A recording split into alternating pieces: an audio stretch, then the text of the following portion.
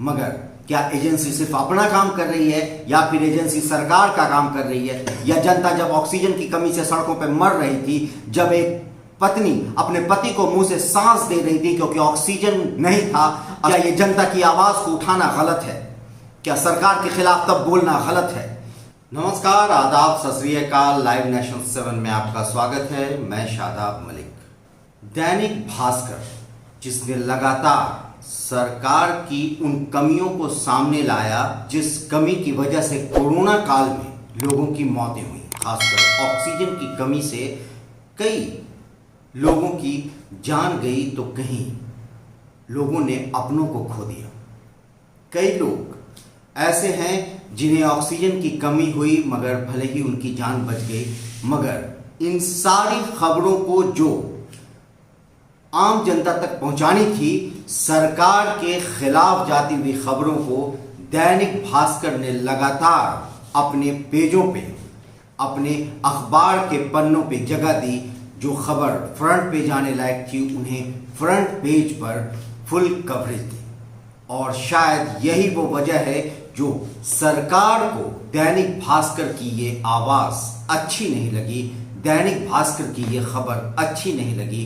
और इसी वजह से लोगों का कहना है कि यही वजह है कि इनकम टैक्स की टीम ने दैनिक भास्कर के ऑफिसों में छापे मारे। उनके कई राज्यों में जो दफ्तर हैं, हर जगह इनकम टैक्स का छापा पड़ा।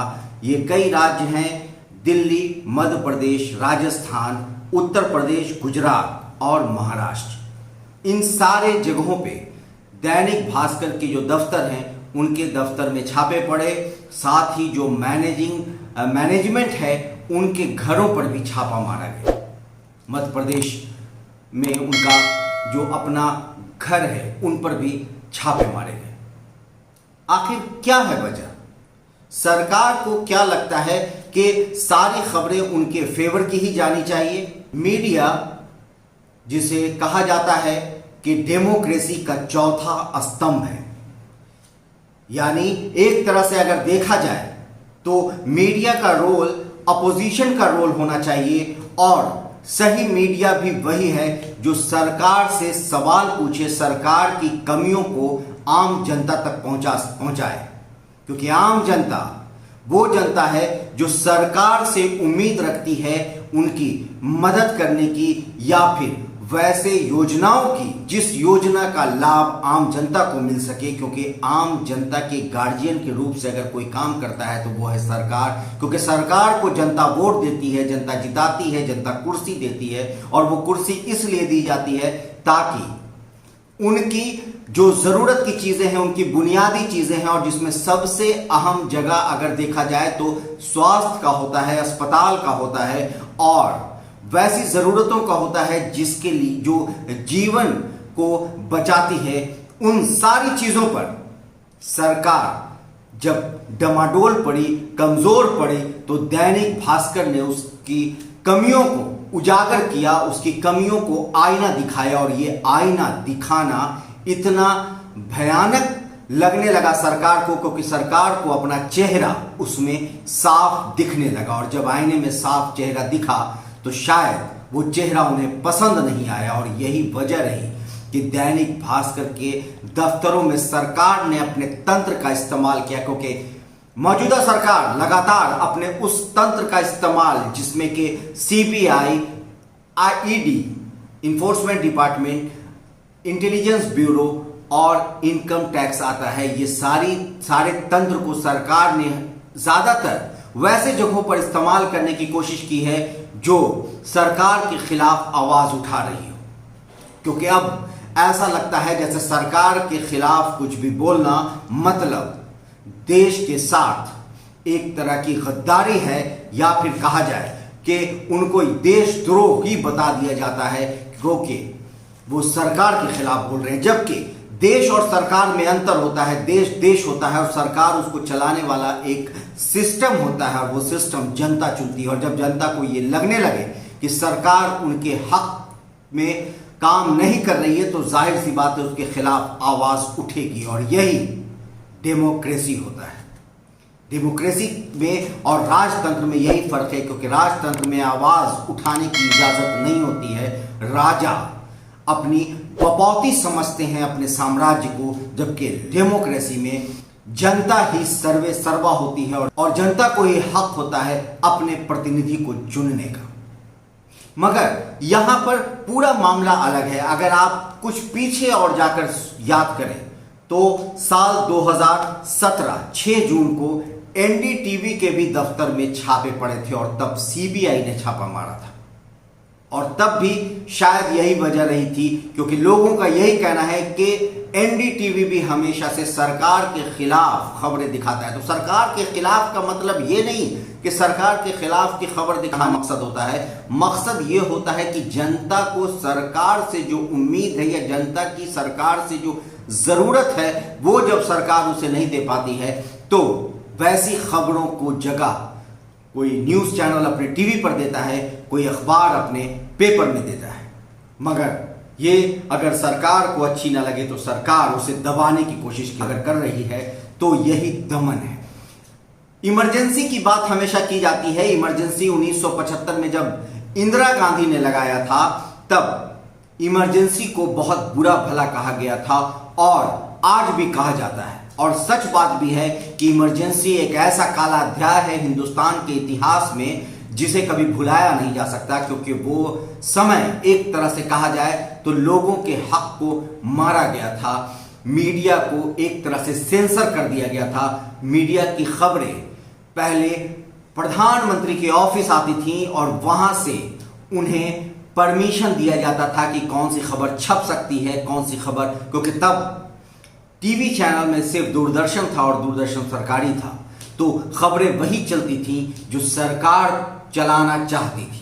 और आज भी शायद आज की सरकार भी वही अपने अंदाज में करना चाहती है कि खबरें वही चलाई जाएं जो खबर सरकार के हक की हो। अगर सरकार के खिलाफ उठी हुई खबरें मीडिया में दिखाई जाती हैं तो उनके साथ वही सलूक होता है जो आज दैनिक भास्कर के साथ हुआ, कल एनडीटीवी के साथ हुआ था।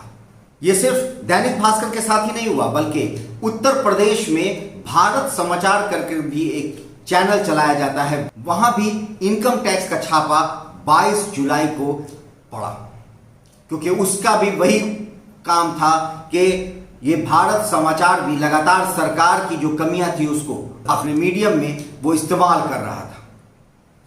तो आज जरूरत है ऐसी चीजों पे एक तरह से कहा जाए इनके खिलाफ आवाज उठाने की, क्योंकि कहा जाता है तो आज उनकी कल हमारी बारी भी हो सकती है।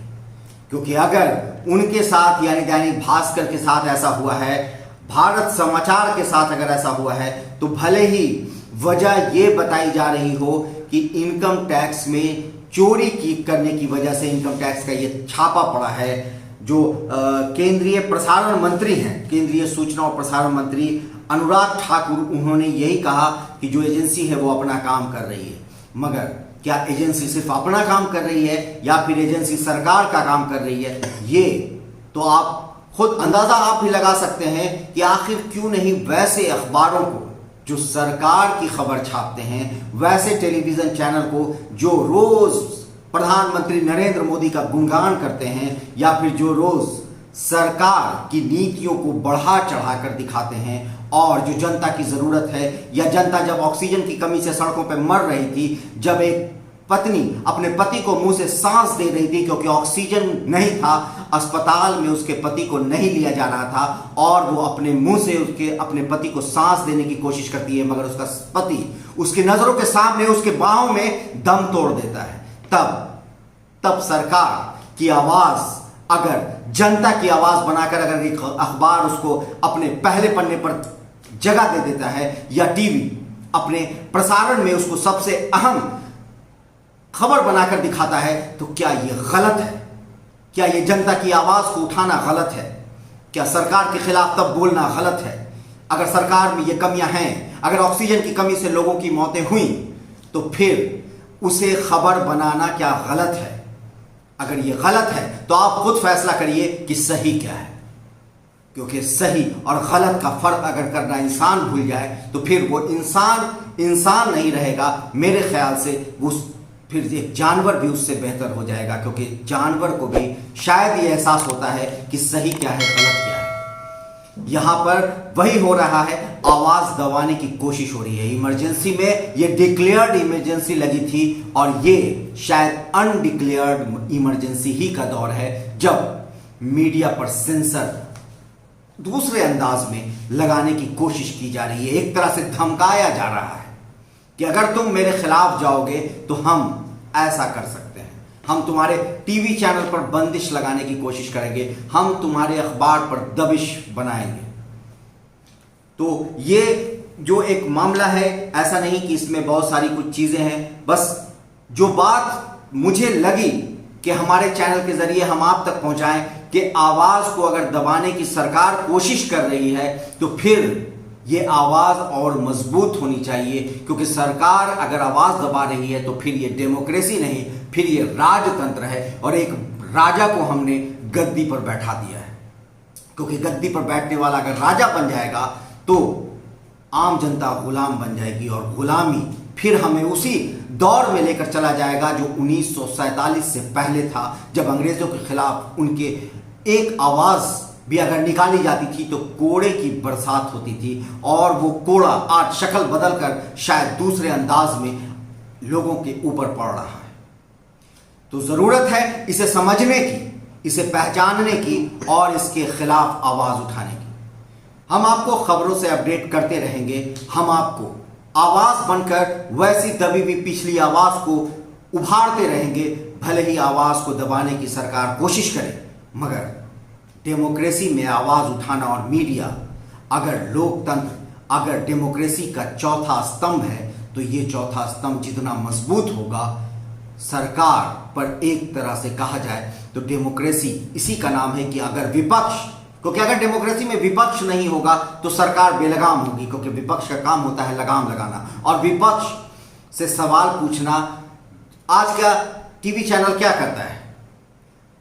अगर सरकार से आप एक सवाल पूछने की कोशिश करते हैं तो वो विपक्ष की आपको 10 बात कमजोरी बताता है। तो विपक्ष की कमजोरी बताना क्या, सत्ता में जब विपक्ष है ही नहीं तो उनके 15 साल या 10 साल पहले उसने क्या किया उसको आज हम क्यों याद करें? आपने 8 साल 9 साल में क्या किया, ये ज्यादा जरूरी है। ये सवाल पूछना ज्यादा जरूरी है आम जनता के लिए।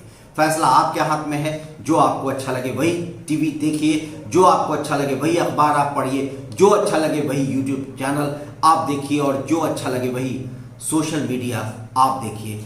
आपको वही परोसा जा रहा है, बस आप उन सारे बर्तनों में बिछे खाने को देखें और फैसला आप करें कि आपको खाना क्या है। ये खाने का फैसला सरकार नहीं करेगी, आपको क्या करना है ये आप खुद सोचिए। खबरों के अपडेट के लिए बने रहिए हमारे साथ, देखते रहिए हमारा वीडियो। अगर आपको हमारा वीडियो पसंद आता है तो हमारे चैनल को सब्सक्राइब करें। अगर आप फेसबुक के जरिए देख रहे हैं तो पेज लाइक करना ना भूलें।